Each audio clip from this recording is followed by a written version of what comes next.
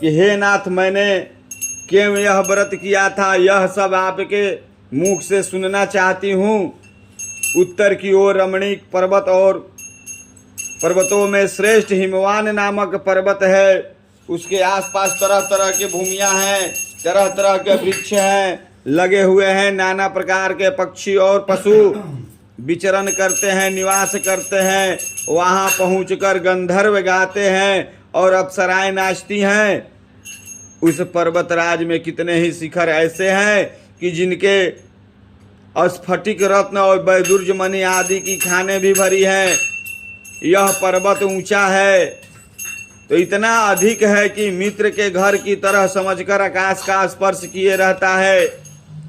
उसके समस्त शिखर सदैव बर्फ से आच्छादित रहते हैं और गंगा जल की ध्वनि सदा सुनाई देती है। हे पार्वती, तुमने बाल्याकाल में उसी पर्वत पर तपस्या की थी। 12 वर्ष तक उल्टी टंकर केवल धुआं पीकर रही। 64 वर्षों तक सूखे पत्ते खाकर रही। माघ मास में तुम जल में बैठी रहती थी और बैसाख की दोपहरिया में पंचाग्नि तापती थी।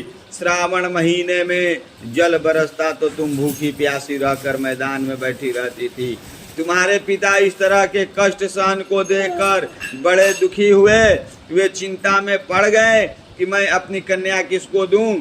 उसी समय नारद जी वहां आ पहुंचे। मुनि श्रेष्ठ नारद जी उस समय तुम्हें देखने गए थे।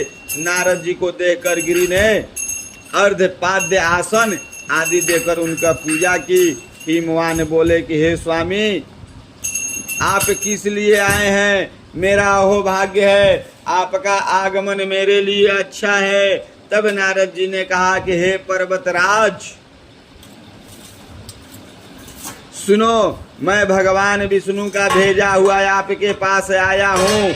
आपको चाहिए कि यह योग्य कन्या रत्न किसी योग्य वर को दे दे।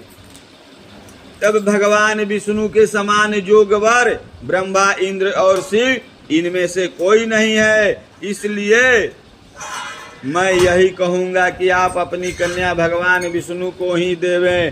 तब हिमवान ने कहा कि भगवान विष्णु स्वयं मेरी कन्या ले रहे हैं और आप यह संदेश लेकर आए हैं, तो मैं अपनी कन्या उन्हें ही दूंगा।